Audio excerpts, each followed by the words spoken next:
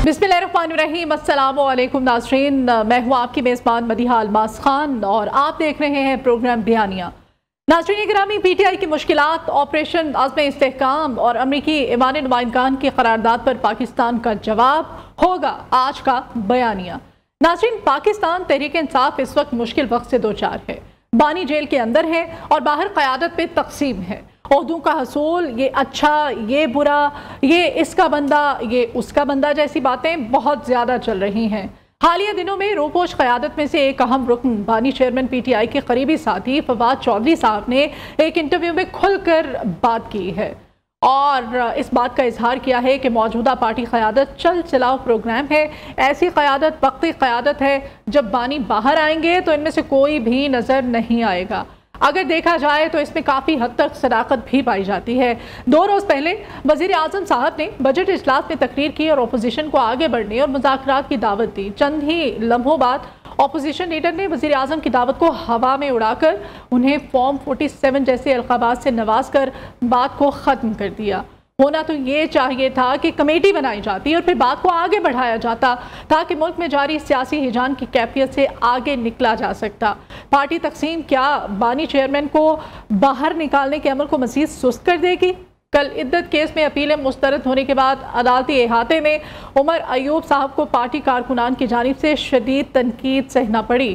कारकुनान का मानना था कि अपीलें मुस्तरद होने के बाद पार्टी को एहतजाज की राह पर निकलना चाहिए और बानी को बाहर लाना चाहिए, लेकिन उमर अयूब साहब ने ऐसा कोई ऐलान नहीं फरमाया, बल्कि बामुश्किल अदालती इहाते से बाहर निकल सके। बादज़ा ये खबर आई कि उमर अयूब साहब ने पार्टी ओहदे से इस्तीफ़ा दे दिया है। हम आज के प्रोग्राम में पीटीआई को बतौर पार्टी मुश्किलात के अलावा ऑपरेशन आज़म इस्तेहकाम और अमरीकी कांग्रेस में आने वाली करारदाद का पाकिस्तान पर क्या असर होगा, क्या पीटीआई की लॉबी फर्म की कोशिशों से ये सब कुछ हुआ है, इन सब चीज़ों के असरात क्या होंगे, आज के प्रोग्राम में हम बात करेंगे। मेरे साथ मौजूद हैं सीनियर सहाफ़ी हैं इसार राना साहब, अब्दुल्ला हमीद गुल साहब हैं और आसमा वदूद साहिबा मेरे साथ हैं। इसार राना साहब, आप क्या समझते हैं ये जो पीटीआई के आपस की अंदर की जो फूट है, इसकी वजह से जो बानी पीटीआई इमरान खान है उनकी मुश्किलात तो बढ़ती चली जा रही है। गुज़श्ता प्रोग्राम में इसी को हमने डिस्कस किया था, बजाय कि मुश्किलात कम होती, ये तो वक्त के साथ साथ बढ़ती चली जा रही हैं।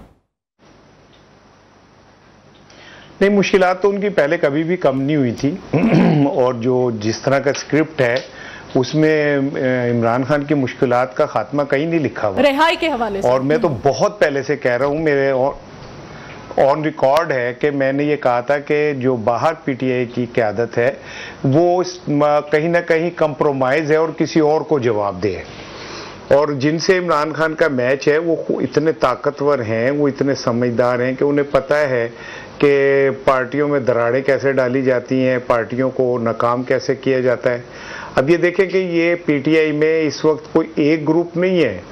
लोग कह रहे हैं ना कि 2 ग्रुपों की लड़ाई है, 2 ग्रुपों की लड़ाई नहीं है, इसमें बहुत सारे ग्रुप इन्वॉल्व हैं और इन सब का मकसद सिर्फ ये है कि जो असल इमरान खान के का पैगाम है या जो असल इमरान खान जो चाह रहे हैं वो दब जाए और ये लड़ाई इस सतह पे बढ़ जाए कि इमरान खान की बात ही करने वाला कोई ना रहे। और अब जो हालात जिस तरफ जा रहे हैं और जिस तरह के मामलात हो रहे हैं, मुझे ऐसा लगता है कि कौमी असम्बली के अरकान एक साइड पे खड़े हो जाएंगे, पीटीआई की एक लीडरशिप एक साइड पे खड़ी हो जाएगी, पीटीआई की दूसरी लीडरशिप एक साइड पे खड़ी हो जाएगी और चौथा ग्रुप वो होगा जो पार्टी से दूर चले गए हुए और वापसी चाह रहे हैं और वो इस मौजूदा क़यादत के ऊपर इल्ज़ामात लगाएंगे कि इनमें से कौन कौन इस्टेब्लिशमेंट के साथ मुका हुआ है। तो ये एक नई खिचड़ी जो है ये पकने जा रही है और इसमें इमरान खान की जो बात अवाम तक पहुंचनी है, ये जो इमरान खान चाह रहे थे वो सब कुछ दब के रह जाएगा। लेकिन ये कहना कि इमरान खान को भूल जाया जाएगा या इमरान खान पीछे चले जाएंगे, तो ये इससे बड़ा अहमकाना कोई सोच नहीं हो सकती। इमरान खान पाकिस्तान की सियासत में चाहे वो जेल में भी बंद रहे तब भी वो सब पे भारी है और यही वजह है कि अमेरिका, यूरोपीय यूनियन, चीन, सऊदी अरब तमाम मुमालिक एक ही बात कह रहे हैं कि पाकिस्तान में सियासी इस्तेहकाम लाए, और उन्हें यह पता है कि सियासी इस्तेहकाम सिर्फ इमरान खान के दम से आ सकता है। उन्हें यह पता है कि पाकिस्तान में 8 फरवरी के इंतखाबात जो चोरी हुए हैं उससे पाकिस्तान में अदम इस्तेहकाम बढ़ा है, और अगर पाकिस्तान में आप सियासी इस्तेहकाम चाहते हैं तो उन इंतखाबात के हवाले से क्लैरिटी लेके आए, इमरान खान के ऊपर जो झूठे मुकदमात हैं वो वापस करें, इमरान खान को वापस लेके आए, पाकिस्तान में इस्तेहकाम आ जाएगा। और ये जो क़यादत है ये मैटर नहीं करती। कौम इमरान खान के, अवाम इमरान खान के पीछे खड़े हैं। इनमें से तो कोई इमरान खान की टिकट के बगैर काउंसलर भी नहीं बन सकता। अब्दुल्ला हमीद गुल साहब, अभी राना साहब कह रहे हैं कि नहीं ये मैटर ही नहीं करती क़यादत। तो कल उमर अयूब साहब को जो अरकान की जानिब से जिन मुश्किलात का सामना करना पड़ा, उन्होंने कहा कि बजाय कि आप जो इद्दत केस का फैसला सामने आया था उन अपीलों के मुस्तरद होने के बाद अरकान ने कहा कि कोई आप सॉलिड कैंपेन रन करें खान साहब की रिहाई के हवाले से, तो वो बजाय कि कुछ करते वो गए, उन्होंने अपना इस्तीफ़ा दे डाला, फिर इस्तीफ़ा उनका मंजूर कर लिया गया। उसके बाद अब खैर आज ये जो पार्लिमानी पार्टी का जो इजलास हुआ है पाकिस्तान तहरीक इंसाफ की, उसमें इस्तीफ़ा जो है वो मंजूर ना किए जाने, वापस लिए जाने पर भी गौर फिक्र किया जा रहा है। बिस्मिल्लाहिर्रहमानिर्रहीम, बहुत शुक्रिया आपका। देखें, बात ये होती है कि जमहूरियत जो होती है उसके अंदर जमहूर की बात तो जरूरी है। अगर वो पार्टी जो है वो डिक्टेटरशिप के ऊपर चलना शुरू हो जाए और सिंगल मैन के ऊपर जो है वो चले, तो फिर ऐसी पार्टी को पॉलिटिकल पार्टी नहीं बल्कि आमराना पार्टी कहा जाता है। दूसरी बात यह है कि उमर अयूब हो या कोई और हो, उमर अयूब के बहुत सारे तहफ़्फ़ुज़ात थे। खास तौर पे वो सोशल मीडिया के ट्रोलर्स जो अमेरिका में, यूरोप में बैठ के जो है वो ट्रोलिंग कर रहे हैं और नेगेटिव कैंपेन चला रहे हैं रियासत पाकिस्तान के खिलाफ, उनको जो है उसके हवाले से उमर अयूब साहब को तहफ़्फ़ुज़ात थे जिसका उन्होंने मुतअद्दिद बार जिक्र किया। लेकिन राना साहब ने जिधर इशारा किया है उस बारे में भी काफी उन पे तनकीद की जाती है कि उनके ताल्लुकात कहीं और पर भी काफी गहरे हैं। जी, तो वो मैं यही गुजारिश कर रहा हूँ कि असल में बात यह है कि पीटीआई के अंदर हर आदमी लीडरशिप का क्लेमेंट है। हर आदमी चाहता है कि मैं लीडर बन जाऊं, और मैं बहुत सारे लोगों को जाती तौर पे जानता हूं जो मेरे घर में आ चुके हैं और कहा यह गया है कि इमरान खान को आप माइनस करवा दें और हमें जो है वो आप सियासत के अंदर जो है वो इन करवा दें या हमें क़यादत दिलवा दें। अब ये आलम जिस पार्टी के अंदर हो कि अपनी क़यादत के साथ बेवफाई हो, और सब ये चाहते हैं, मैं आपको बड़ा वसूख से कह सकता हूँ, राना साहब जानते हैं इस बात को, कि तमाम की तमाम इस टाइम पे जो लोग बाहर हैं वो ये चाहते हैं कि इमरान खान अंदर रहे, क्योंकि जितने दिन वो अंदर रहेगा इनकी सियासत चलती रहेगी, इनके पास जो हलवे मांडे हैं वो चलते रहेंगे, जो लोग डोनेशन वगैरह दे रहे हैं वो चलती रहेंगी, और इनका टीवी के ऊपर जो है वो नाम चलता रहेगा। जिस दिन इमरान खान बाहर निकल आएगा उस दिन ये लोग जो है सिफर से मल्टीप्लाई हो जाएंगे, यानी कि सिफर ही हो जाएंगे। ये एक तो ये अर्निया है। दूसरी बात यह है कि पाकिस्तान के जो आपने बैरूनी ममालिक की बात की, देखिए बैरूनी ममालिक जो है वो इस्तेहकाम चाहते हैं, लेकिन क्या 2018 में नहीं चाहते थे? क्या उस टाइम पे नवाज शरीफ एक टावरिंग पर्सनैलिटी नहीं थे? उस वक्त के हिसाब से तो बिल्कुल थे। इसका मतलब यह है कि जो पार्टी के अंदर, पार्टी को किसी बाहर के दुश्मन की जरूरत नहीं है, उनके अपने दुश्मन बहुत ज्यादा हैं, और उनकी जो रियासत के खिलाफ लाइन है, देखे ना, वो पार्टी जो कि अमेरिका की साजिश की बात करती थी, आज अमेरिका की तरफ से मदाखलत की बात आती है तो उसको वेलकम किया जाता है। ये बड़ा डायकोटमी है, ये बुनियादी तौर पे एक तजाद है पार्टी के अंदर, और पाकिस्तानी कौम जो है इसी वजह से सड़कों पे बाहर नहीं आ रही। आप देखें, छोटी ईद के बाद जो है वो एक बड़ी मुहिम चलाने का जिक्र किया गया था।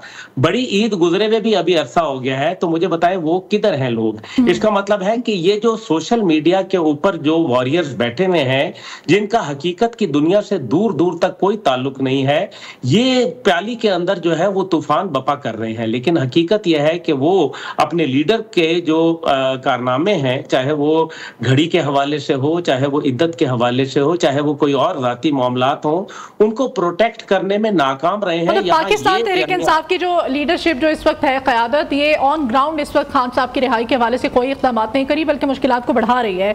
आसमा बदूस साहिबा, अभी फवाद चौधरी साहब का जो इंटरव्यू है ये काफ़ी इस वक्त वायरल हुआ है। इसमें जो उन्होंने इंकशाफात किए हैं, किस हद तक सदाकत इसमें समझती हैं आप? अभी उन्होंने कहा कि मैं पाकिस्तान तहरीक इंसाफ में ही था, हूँ, रहूँगा।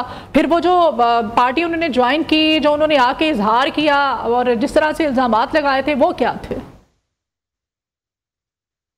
देखिए जी, यहाँ भी सिचुएशन बहुत कॉम्प्लेक्स है। अगर हम ये कहें यहाँ पे स्टेक सिर्फ खान साहब की रिहाई है और जो पीटीआई की लीडरशिप है वो खान साहब की रिहाई की वजह के हवाले से बहुत कैजुअल बिहेवियर रखती है, तो ये जाती हो। यहाँ पे बेसिकली हम देख रहे हैं 2/3 मेजोरिटी, हम देख रहे हैं पाकिस्तान की अवाम का एक क्रेजी तरीके से 8 फरवरी को वोट देना, निकलना। सर ने कहा ना अवाम कहाँ है, अवाम तो निकली थी, इतनी ज्यादा बड़ी एक उससे पहले कैंपेन की गई, वो एक एयर ऑफ फियर क्रिएट की गई, फिर भी अवाम निकली, वहां पे उन्होंने वोट भी दिया। वोट जहां दिया गया वहां निकला या नहीं निकला, ये एक बेसिकली प्रॉब्लम हमारे साथ एट हैंड है। खान साहब की रिहाई भी एक इम्पोर्टेंट बात है, मगर इस लीडरशिप ने जितना कैजुअली अवाम के वोटर के दफा के टुवर्ड्स अपना एटीट्यूड रखा है, तो उससे सवाल पैदा होते हैं। एक पॉलिटिकल आपके पास आपका एक कॉन्स्टिट्यूशनल राइट है, उसको क्यों नहीं एग्जॉस्ट किया जा रहा, उसे क्यों नहीं एक्सप्लोर किया जा रहा है, ये एक वोटर का सवाल है। खान साहब अपने जितने भी सिचुएशन में इस वक्त मौजूद है, खान साहब की और उनकी फॉलोअर्स के दरमियान में तो ब्रिज नहीं टूटा। इस वक्त पहले भी मैं ये कहती थी कि ये सेगमेंटेड पीटीआई, ये बेसिक फियर आपके सिस्टम को नहीं है। आपके सिस्टम को चैलेंज तो खान साहब ही कर रहे हैं जो इस वक्त जेल में है। जब तक वो सिस्टम को रेजिस्ट करते रहेंगे, उन्हें लोगों की सपोर्ट मिलती रहेगी। वो ब्रिज, वो कनेक्ट अभी तक है। उनको इस पार्टी के एफर्ट्स करने से या इस पार्टी के मोबिलाइज होने से खान साहब को डायरेक्टली कोई नुकसान नहीं हो रहा। उनकी गुडविल, उनकी पेनिट्रेशन, उनकी पॉलिटिकल कैपिटल बढ़ता चला जा रहा है। और ये तो हमेशा हमने देखा है कि वक्त तब्दील होता है तो यही पॉलिटिकल कैपिटल काम आता है। उस वक्त आपके पास पार्टियां भी बन जाती हैं और इलेक्टेबल्स भी आपके साथ आके मैग्नेट की तरह चिपक जाते हैं। तो ये मामला, लेकिन इस पॉलिटिकल पार्टी ने, पीटीआई ने, जिस तरह अवाम के वोट की तरफ एक कैजुअल एटीट्यूड रखा, अगर हम इसको एक आइडियल स्टेटमेंट में भी ले लें, अगर 2/3 मेजोरिटी पीटीआई के पास आ गई थी, तो इससे पहले तो कभी भी वो क्या कहते हैं पॉलिटिकल रीइंजीनियरिंग के बिना नहीं आई ना। It was a big event, it was a game changer for Pakistan.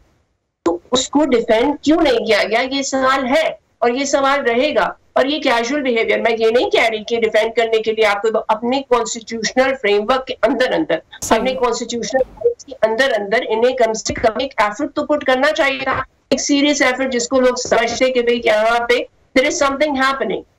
जहाँ पे हमने एक और बात सर ने की ना कि ये पीटीआई जो है वो वन मैन पार्टी बनती चली जा रही। देखिए बेसिक पाकिस्तानी एक बहुत रेजिलियंट नेशन है, बहुत रेजिलियंट। 70 साल से हमें लोग फुटबॉल की तरह इधर से इधर करते चले जा रहे हैं, लेकिन हमने अपना रेजिलियंस नहीं छोड़ा।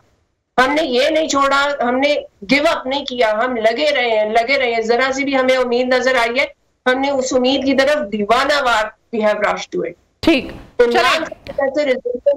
लीडर और पाकिस्तान जैसी रेजिलियंट अवाम, this is a fatal combination. बिल्कुल, और ऐसा ही है। अभी क़यादत जो है, आप कहना चाह रही हैं कि ये इमरान खान की जो साख है, ये पार्टी की साख है, इसको मुतासर नहीं कोई भी कर पाता है। बहरहाल इस पर मज़ीद भी हम बात करेंगे और साथ ही बात करेंगे अमरीकी ईमान की करारदाद मुदाखलत है क्या पाकिस्तान में। इस पर एक ब्रेक के बाद बात करते हैं। नाज़रीन, आप हमारे साथ रहिए। वेलकम बैक नाज़रीन, और मौजूद मेहमान पैनल पर मेरे साथ हैं इसार राना साहब से। हम जानते हैं राना साहब दूसरे टॉपिक की तरफ तो बढ़ेंगे, लेकिन एक सवाल का मैं आपसे जवाब चाहूँगी। असेंबली फ्लोर पर वज़ीर आज़म पाकिस्तान ने कहा था कि हम बात करना चाहते हैं, आए आके बात करें, अब मिले, हमारे साथ मुज़ाकरात की तरफ बढ़ते हैं। लेकिन उसी पे फिर अपोजिशन की तरफ से वही फॉर्म 47 की बातें की गई और इल्ज़ामात और पुरानी बातें। आप नहीं समझते कि इस पर वो जो वज़ीर आज़म ने एक जेस्चर दिया है, जिसको पॉजिटिव जेस्चर इस वक्त कहा जा रहा है, उस पर कोई कमेटी बनाई जाती, बातचीत को आगे बढ़ाया जाता? देखिए, जितना ट्रस्ट डेफिसिट है ना, वो खाली वजीर आजम के एक बयान से और हाथ मिलाने से नहीं ख़त्म होगा। और फिर एक ऐसा वजीर आजम जो अपने बातों की क्रेडिबिलिटी खो चुका हो, वो तो ये भी कह चुके थे कि अगर मैं आटा सस्ता नहीं कर सका तो मैं अपने कपड़े बेच दूंगा। और कुछ 10 दफ़ा उन्होंने कहा कि अगर मैं जरदारी को ना सड़कों पे घसीटा तो मेरा नाम शहबाज शरीफ नहीं। बिजली के हवाले से मीनारे पाकिस्तान में बैठ के उन्होंने कहा कि अगर ऐसा ना कर दिया तो मेरा नाम न। तो उनकी बातों के तो खैर, ये तो एक सियासत का तर्ज अमल है ना, वो तो पाकिस्तान तहरीक इंसाफ, JUIF, वो मामला तो फिर कहीं और चले जाते हैं। लेकिन आप नहीं समझते कि बजाय कि कोई कमेटी बनाते, कोई तहरीक चलाते, कोई बात को आगे बढ़ाते? नहीं, मेरी बात सुन लेना।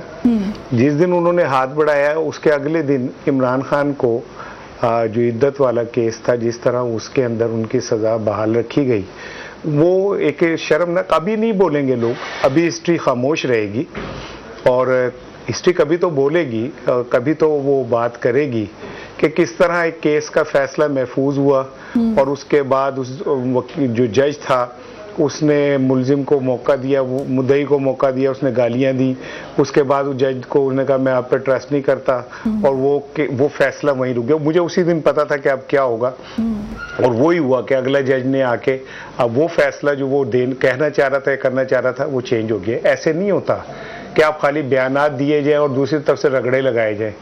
सनम जावेद हो, आलिया हमजा हो, डॉक्टर साहिबा हो, उमर चीमा हो, आप उनके लिए जिंदगी तंग कर दें और कहें जी ये सुलह कर लेते हैं, ऐसे सुलह नहीं होती।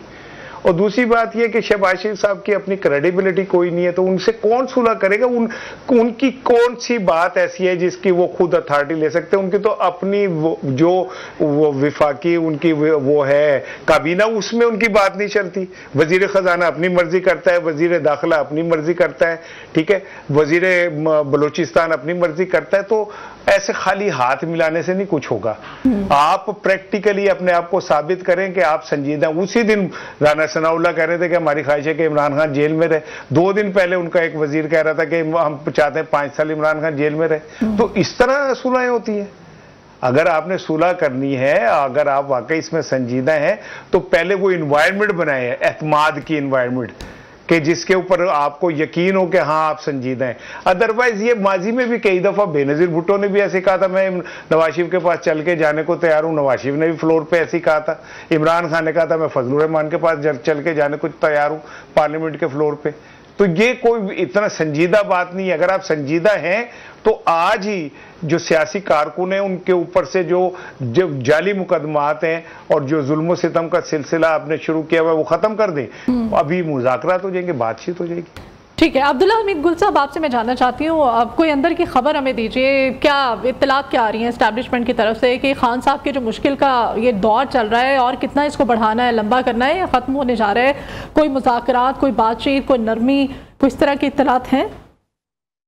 देखिए, मुज़ाकरात वगैरह हर चीज़ हुए। मैं आपको थोड़ा सा माजी में ले जाता हूँ। जब पंजाब की हुकूमत इनके पास थी, केपी थी, जीबी थी, कश्मीर था, लेकिन उसके बाद क्या हुआ? जब आपको याद होगा कि फ्लोर ऑफ द हाउस के ऊपर ऑपोजिशन जमातों को यानी कि मौजूदा हुकूमत को जो है वो नाकामी हुई पंजाब असेंबली के अंदर नो कॉन्फिडेंस मोशन के अंदर। हालांकि बिल्कुल 186 अरकान फ्लोर पे मौजूद थे, लेकिन उसके बाद अचानक जो है कुछ अरकान ने पलटा खा लिया और हमजा शहबाज जो है वो गुस्से की हालत में वापस चले गए और अज़मा बखारी और जो राना सनाउल्लाह थे उन्होंने बड़े तुंदो तेज जो है जुमलों का भी जो है एस्टेब्लिशमेंट की तरफ इज़हार ख्याल किया। लेकिन फिर उसका नतीजा क्या हुआ? अगले दिन असेंबली तोड़ दी गई। क्या ये ट्रस्ट डेफिसिट था? देखिए ना, अगर आपने कॉन्फिडेंस बिल्डिंग मेजर्स करने हैं तो फिर आपको कुछ अपने आप को शो कराना पड़ेगा। जब आपके मामलात करीब आने लगते हैं, आप गद्दार कौन की एक नई ट्वीट कर देते हैं और उसके ऊपर आप शर्मिंदगी का इजहार भी नहीं करते। आप जो है वो कोई ना कोई जो है वो मुखालिफ बयानियां शुरू कर देते हैं। अज़्म इस्तेहकाम जो है वो तो पाकिस्तान के हवाले से मामला है। देखिए, अगर इसमें सूबों ने कोऑपरेट ना किया तो फिर ये बकौल ख्वाजा आसिफ के सिस्टम लपेट दिया जाएगा और ये सिस्टम तो जाएगा, ये अभी रुकेगा नहीं। ये आप कोशिश करके देख लें। ठीक है कि शहबाज शरीफ साहब वगैरह कमजोर लोग हैं, तो सूबों का एतराज तो ये है ना, वो कहते हैं जब भी कोई ऑपरेशन शुरू किया जाता है तो सबसे पहले खैबर पख्तूनख्वा और बलोचिस्तान में शुरू किया जाता है। उनका एतराज सबसे बड़ा तो यही है ना। खैर, इस पे हम मजीद भी बात करते हैं। आसमा साहब, आपसे मैं जानना चाहती हूँ, अमरीकी करारदाद जो है ये अमरीकी ईवान में जो करारदाद मंजूर की गई, आप समझती हैं जो पाकिस्तान तहरीक इंसाफ की लॉबी थी उस लॉबी की कामयाबी इसको कहा जा रहा है? क्या कमेंट करेंगी इस पे? देखिए जी, हम तो एक बहुत ही अजीब सी एक नार्सिसिस्टिक एनवायरनमेंट में रह रहे हैं जहाँ पे वो जैसे नहीं एक आइडियल किस्म का हाउस डोमेस्टिक वायलेंस में होता है कि पार्टी ए पार्टी बी को मार रही होती है और अगर आवाज पड़ोसियों तक चली जाए तो और मार पड़ती है। तो ये तो वही बात हो रही है कि एक पॉलिटिकल विक्टिमाइजेशन हो रही है, ह्यूमन राइट्स की वायलेशन हो रही है, आपकी सराउंडिंग में एक सप्रेशन की एनवायरनमेंट है, आपके पास फ्रीडम ऑफ स्पीच नहीं है, आपको अगर किसी और तरीके से या तो आप जेलों में पड़े हुए हैं या आपका माशी इस्तेसाल हो रहा है, एक अजीबोगरीब किस्म का एनवायरनमेंट, एक अजीबोगरीब किस्म के वक्त में हम रह रहे हैं। ऐसी पाकिस्तान की सराउंडिंग मैंने अपनी जिंदगी में तो नहीं देखी। लेकिन इसके बारे में अगर कहीं बाहर से कोई आपको एक हेल्पिंग हैंड या एक आवाज आपके लिए उठाता है, तो वो भी सवाल पैदा हो जाता है कि ये कौन कर रहा है, क्यों कर रहा है। ये हमारी ही आवाज है जो कि हम अपनी वो एक आहो बका कर रहे हैं ना, शायद वही कहीं पहुंच रही है। इसको कंस्पिरेसी थ्योरी से अलाइन करने की जरूरत नहीं, इसका मदावा करने की जरूरत है। We are living in a very strange time. Pakistan ने स्ट्रेंज टाइम इससे पहले नहीं देखी।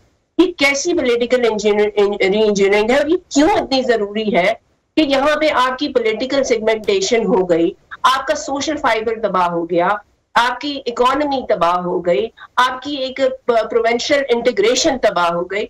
हर चीज एट स्टेक है for this recrafting of our political scenario. Why this is so important, why it is so important then everything else. ये जो अभी यहाँ पे है ना, ये तो इसका आयोटा है। उन्हें तो सिर्फ आइसबर्ग का वो क्या कहते हैं ना, टिप ऑफ द आइसबर्ग मालूम है।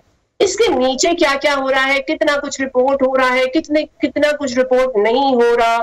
ये एक पॉलिटिकल विक्टिमाइजेशन की जो एक सराउंडिंग एक माहौल है, इसमें फिर आपकी इनकॉम्पिटेंसीज भी आ जाती हैं। आपकी जो एक इनकॉम्पिटेंस टू डिलीवर, आपका इनकॉम्पिटेंस टू कमिट, बहुत सी ऐसी चीजें हैं जो कलेक्टिवली मिलके इस चीज में, इस पूरी एक जलती हुई देग में स्पाइस के तौर पे आ रही। हम इस बात पे गौर कर रहे हैं कि कैसे हो गया, हमारे बारे में कैसे ये करारदाद आ गई, क्यों हम ये नहीं सोच रहे कि इसका मदावा करना जरूरी है। आप शरीयत से जमहूर को नहीं निकाल सकते, आप लोगों की ओपिनियन को नहीं निकाल सकते, लोग आपको टोटली एडहेयर नहीं करेंगे। There will always be a difference of opinion, there will always be a need to make people agree. आपको उन्हें कन्विंस करना पड़ेगा। जैसे सर ने अभी हम आगे शायद डिस्कस भी करें उस ऑपरेशन के बारे में। ऑपरेशन के बारे में पाकिस्तान की सिक्योरिटी, पाकिस्तान की वेलबींग से आगे तो कुछ नहीं है, लेकिन लोगों को कन्विंस करना पड़ता है। लोगों को आप सिर्फ ऑर्डर्स, इंस्ट्रक्शन से कंट्रोल नहीं कर सकते। This is a Pakistan is a democracy, Pakistan is a country where people have their opinion. चाहे हम इकोनॉमिकली अनस्टेबल हैं, चाहे हम इकोनॉमिकली स्ट्रगलिंग हैं, लेकिन स्टिल हम एक रोड पे हैं जिसपे हम जाना चाह रहे हैं, एक स्टेबल, इकोनॉमिकली स्टेबल डेमोक्रेसी। लोगों को कन्विंस करने में, आवाम को कन्विंस करने में हुकूमतों का भी बड़ा हाथ होता है, बड़ा किरदार होता है। अब्दुल्ला हमीद गुल साहब, आपसे मैं जानना चाहती हूँ, ऑपरेशन अज़्म इस्तेहकाम जो है शुरू होने से पहले ही अदम इस्तेहकाम का शिकार हो गया। तमाम सियासी जमातें एक पेज पर नहीं है और दूसरी जानिब जो स्टेटमेंट दी जाती, क्या कोई जो आप बात कर रहे थे, कोई एमरजेंसी लिखने वाली है, कोई खुदा न खासा मार्शल लॉ लगने वाला है इस वक्त? बिल्कुल लग सकता है, कोई इसमें मेरे ख्याल में वो नहीं है, क्योंकि अगर आप सूबों को जो कॉन्स्टिट्यूशनल राइट है जिसमें वो सिक्योरिटी प्रोवाइड करना उनका फर्ज है, अगर वो नहीं करेंगे, नहीं कोऑपरेट करेंगे तो दहशतगर्द आज देखें। आप मुझे ये बताइए कि पाकिस्तान में पहले बाजारों, गलियों, कूचों के अंदर जो है लोग रोजाना आए दिन जो है शहादतें दे रहे थे। आज सिर्फ सिक्योरिटी फोर्सेज अपने सीनों पर गोलियां खा के शहरों, बाजारों, गलियों को महफूज बना के रखा हुआ है। क्या प्रोग्राम में यहाँ पर एक ब्रेक लेते हैं, ब्रेक के बाद दोबारा हाजिर होंगे तो इसी पर हम बात करेंगे। नाज़रीन आप हमारे साथ रहिए। वेलकम बैक नाज़रीन। निसार राना साहब, अब ये जवाब जमा कराया जाएगा, पाकिस्तान की जानिब से इस करारदाद का जवाब दिया जाएगा, ये फैसला हुआ है। और मुशाहिद हुसैन सैयद साहब जो हैं वो बड़ा एक अलार्मिंग मैसेज दे रहे हैं। वो कह रहे हैं कि इससे पहले कि कॉल आ जाए अमेरिका से, मामलात को सेट कर लिया जाए। क्या अमेरिका वाकई इस वक्त प्रेशराइज कर रहा है खान साहब की रिहाई के हवाले से? नहीं, इसमें इमरान खान कहाँ आ गए अमेरिका की करारदाद में। वो तो ये कह रहे हैं कि आप चोर हैं, आपने इंतखाबात चुराए, आपने पाकिस्तान में इंसानी हकूक नहीं दिए, आपने पाकिस्तान में जमहूरी हकूक सलब कर लिए। वो तो ये कह रहे हैं, इमरान खान का तो नाम भी नहीं ले रहे। यूरोपीय यूनियन की जो रिपोर्ट है वो भी यही कह रही है कि आपने इंतखाबात चोरी किए, ये पाकिस्तान में इंसानी हकूक की खिलाफ वर्जियाँ हो रही हैं, जमहूरी हकूक की खिलाफ वर्जियाँ हो रही हैं। तो आप इस करारदाद के जवाब में क्या करारदाद देंगे कि अमेरिका में इंसानी हकूक की खिलाफ वर्जी हो रही है या अमेरिका में इंतखाबात जो हैं वो चोरी होते? मैं तो हैरान हूँ अब खुद पे कि हम अपने आप को ठीक नहीं करते। पूरी दुनिया हमें कह रही है कि हम इंसानी आज़ादियों के ऊपर पाबंदी लगा रहे हैं, हम उनको मानने के बजाय ये कह रहे हैं कि नहीं जी नहीं, आप जो हैं कौन होते हैं हम पे बात करने वाले। भाई दुनिया हमें देख रही है, पूरी दुनिया की नजरें हम पे मौजूद हैं। और दूसरी बात यह कि मैं अब्दुल्ला भाई की एक दो बातों पे मैं चाह रहा था जरा मैं भी अपना कमेंट कर दूं। देखिए, अच्छा राना साहब, यहाँ पे एक ब्रेकिंग न्यूज है जी, शाइस्ता परवेज मलिक साहिबा ने करारदाद पेश की थी और वो करारदाद जो है वो मंजूर कर ली गई है, जो अमरीकी माइन खान की करारदाद थी। इस पे एक कौमी असम्बली के अंदर इस करारदाद को मंजूर किया गया है। राना साहब, एप्रिसिएशन तो बनती है। जी जी, अच्छा, नहीं मुझे तो बड़ी खुशी हो रही है इस करारदाद के ऊपर। हाँ। और करारदाद की मैंने मैंने पढ़ा है, उसमें वो अपोजिशन को कहते रहे कि आपको शर्म आनी चाहिए और ये और वो। अमेरिका को शर्म नहीं दी उन्होंने, क्योंकि हम कैसे दे सकते हैं? Beggars can not be chooser, जिनका हम खाते हैं उनको पे घुरा नहीं सकते। हाँ, मिन करते हुए करारदाद पेश कर सकते हैं, जरा सर नीचे करके पायन ये वो करके ना। हमारी औकात क्या है कि हम अमेरिका के सामने आंखें दिखाएं। अब 5 दुनिया के जो बड़े मुल्क जिनसे हम इमदाद लेते हैं उनमें हम शामिल हैं। अमेरिका जिन्हें इमदाद देता है, हम अमेरिका के खिलाफ वो करेंगे कि ये अमेरिका ने ऐसा क्यों कहा? तो करे ना, अमेरिका ने जो कहा है कि ये अब आप खिलाफ वर्जियां कर रहे हैं इंसानी हकूक की, जमहूरी हकूक की, तो वो कह दे कि नहीं कर रहे, कह दे कि अमेरिका झूठ बोलता है, बकवास करता है, फिर मैं मानूंगा। आप एक तरफ अमेरिका को जी हम करारदाद ला रहे हैं, दूसरी तरफ आपका इसहाक डार साहब कह रहे हैं कि वो ईरान की गैस लाइन इसलिए हमने बंद कर दी, अमेरिका नाराज होता है। मैं हैरान होता हूं कि हम अपने दानिश्वरों के ऊपर कि एक शख्स जो अमेरिका को कहता है कि एब्सोल्युटली नॉट, वो बहुत बुरा है, और एक शख्स ऑन फ्लोर कहता है अमेरिका नाराज हो जाएगा इसलिए ईरान की गैस पाइपलाइन हम नहीं ले रहे, हम उसे कहते हैं बल्ले बल्ले।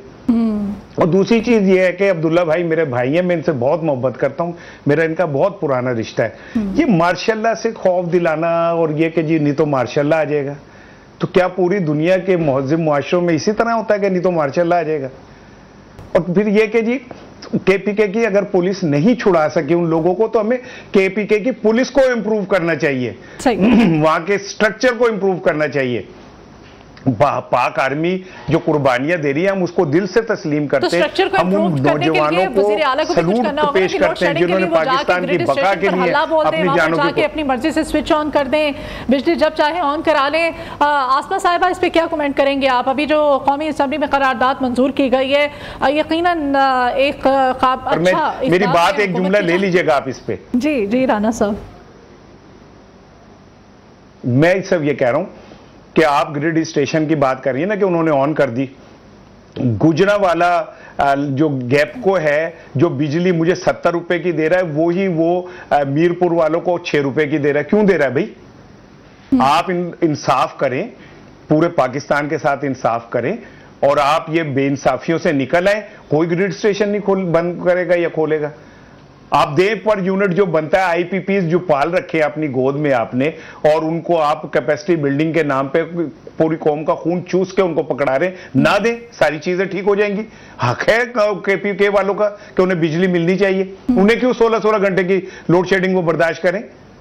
पाकिस्तान का हिस्सा नहीं है वो, ठीक, उनका हक नहीं है पाकिस्तान पे। मतलब राना साहब आप कहना चाह रहे हैं बिजली चोरी भी जहां पे भी होती है वहां पे भी बिजली जो है वो देनी चाहिए, और उसी तरह से देनी चाहिए जिस तरह कि पंजाब जहां पे सबसे कम पार्लियामेंटेरियन बिजली चोरी कर रहे हैं, नहीं कर रहे क्या? चले वो डिबेट क्या कहते हैं, ब्यूरोक्रेसी चोरी कर रही है बिजली। आसमा साहिबा, करारदाद जो है कौमी असम्बली में पेश, आगे चलिए, शाइस्ता परवेज मलिक साहिबा ने करारदाद पेश किया है, क्या कमेंट करेंगे इस पे आप?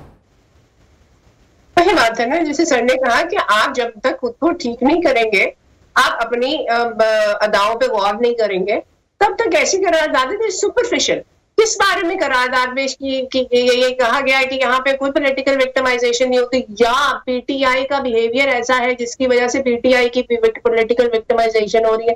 क्या करारदाद इसका आप इसका टेक्स्ट। अच्छा, एक और बात, सुन्नी इत्तेहाद काउंसिल ने इसकी मुखालफत कर दी है। आसमा साहिबा, ये तो तमाम तर मामला ही उलट होने लग गया है। जी सॉरी, सुन्नी इत्तेहाद काउंसिल ने ये जो कौमी असम्बली में शाइस्ता परवेज मलिक ने करारदाद पेश की है, इसकी मुखालफत कर दी है। बेसिकली आप एक पार्टी को एक्यूज नहीं कर सकते कि बिकॉज ऑफ देयर कंडक्ट हम इन्हें पॉलिटिकल विक्टिमाइज कर। आप अमेरिका को कहें कि भाई ठीक है, हम आपसे अपने मामला ठीक करेंगे, आपकी कंसर्न्स हमने कैटर कर ली हैं, हम अपने मुताबिक इसको बेहतर करने की कोशिश करेंगे। That would have been a logical answer. लेकिन मुझे ये समझ नहीं आ रहा कि आप किस कॉन्टेक्स्ट में किस तरीके से बात को घुमाने की कोशिश कर रहे हैं कि तुसी भी ठीक हो पर तुसी भी ठीक। इस तरह मामला नहीं जाता। लेकिन यह है कि हमें अपना पॉलिटिकल एटमॉस्फेयर, अपना डेमोक्रेटिक एटमॉस्फेयर बेहतर करना पड़ेगा। एक अब्दुल्ला साहब की बात पर मैं भी कमेंट करना चाहूंगी, जो पहले गालिबन हो गई। मैं एक बात सर से कहना चाहूंगी कि इसे देखिए, जो यहाँ पे आपने कहा ना कि अब वहां पे सिर्फ आपके आर्मी वाले शहीद हो रहे हैं और सिविलियन, शहादत हमने हमेशा सिविलियंस और हमारे यूनिफॉर्म्ड ऑफिसर ने शोल्डर टू शोल्डर दी है। 70,000 लोग शहीद हैं। और ऐसा भी मेरा खुद ताल्लुक KPK से है, रेंडमली आप कोई घराना ऐसा नहीं ले सकते, कोई फैमिली ऐसी नहीं ले सकते जिसमें शहीद ना हो, या वो यूनिफॉर्म में होगा या वो सादा कपड़ों में होगा। लेकिन KPK के हद तक तो मैं आपको कह सकती हूँ कि तकरीबन हर घर में कोई शहीद है। तो हमने हमेशा शोल्डर टू शोल्डर दिया है। सिर्फ मामला ये है कि यहाँ कन्विंस करें, लोगों को बताएं कि भाई क्या इसके गोल्स हैं, टारगेट्स हैं, क्यों करना जरूरी है, किन किन जगहों पे किया जाएगा। अमन, पाकिस्तान की बका लोगों की प्रायोरिटी है, लेकिन लोगों को कन्विंस करना जरूरी है। और इसमें आपकी इस्टेब्लिशमेंट प्लस गवर्नमेंट दोनों का, आपकी आर्मी प्लस गवर्नमेंट दोनों की रिस्पॉन्सिबिलिटी आती है। इसमें हम और किसी को ब्लेम नहीं कर सकते, इसमें लोगों को हम ब्लेम नहीं कर सकते कि वो आपकी बात पे अडहेयर नहीं कर रहे। आपकी बात पे जरूर करेंगे, पहले भी किया है, हिस्ट्री है, शहादत की हिस्ट्री है। सिविलियन भी उसी जोशो जज्बे से अपनी जान देता है पाकिस्तान के लिए जिस तरह यूनिफॉर्म देता है, क्योंकि ये हमारे दीन में, हमारे खून में है। बिल्कुल। और ये दहशतगर्दी का मसला सिर्फ एक सूबे से, 2 सूबों से नहीं जोड़ा जा सकता, पूरे मुल्क का मसला है।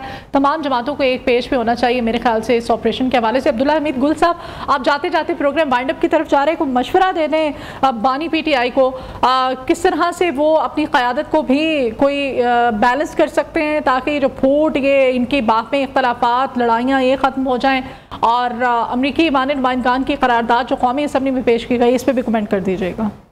देखिए, पहली बात यह है कि मैं तो यही कहूंगा कि नफरत की बुनियाद पे सियासत को जो है खत्म किया जाए, चाहे वो किसी भी जमात की तरफ से हो। नफरत नहीं बल्कि मोहब्बतें बांटी जाए, जिसमें इत्तेफाक और इत्तेहाद की फिजा जो है वो कायम हो सके, नंबर 1। नंबर 2 ये कि किसी पे भी नाजायज केसेस हैं, चाहे वो मेरे पे हैं या आप पे, वो खत्म होने चाहिए। लेकिन जायज केसों में सजा जो है वो जरूर मिलनी चाहिए। और तीसरी बात जो है वो आपने अमेरिका की बात की। देखें, हमें अपोलोजेटिक होने की जरूरत नहीं है। इसी पाकिस्तान ने जो है वो सप्लाई लाइन नेटो की बंद किए रखी जनरल कियानी के दौर में, ये कोई ढकी छुपी बात नहीं है। रेमंड डेविस को भी देते हुए उनको एक दफा जो है वो पता चल गया था। और तीसरी दफा जो मैं आपको जरूर बताना चाहूंगा कि अभी जो 2021 में 15 अगस्त को जो उनकी वहां से शर्मनाक वापसी हुई अफगानिस्तान से, तो क्या उन्होंने ये नहीं कहा कि पाकिस्तान फौज और ISI की हिकमत अमली की वजह से अमेरिका को ये जंग हारनी पड़ी? ये तो उन्होंने हर जगह लिखा हुआ है, डॉक्यूमेंटेड है। ये तो ब्रुकिंस इंस्टीट्यूट, पीयू कॉर्पोरेशन सब ने जो है वो, रैंड कॉर्पोरेशन सब ने लिखा हुआ है। तो फिर इसका मतलब ये है कि हमें अपोलोजेटिक नहीं होना। उन्होंने लिखा, क्या उनके मुल्क में नहीं हुआ? एडवर्ड स्नोडन का याद नहीं है केस, जिसके अंदर जो है हमें अपोलोजेटिक नहीं होना है। मोरल ऑफ द स्टोरी ये है। बहुत शुक्रिया। मौजूद मेहमान पैनल पर मेरे साथ थे इसार राना साहब थे, आसमा वदूद साहिबा थी, अब्दुल्ला हमीद गुल साहब थे। बहुत शुक्रिया आपका। नाज़रीन, प्रोग्राम से इजाजत दीजिए। अल्लाह निगहबान।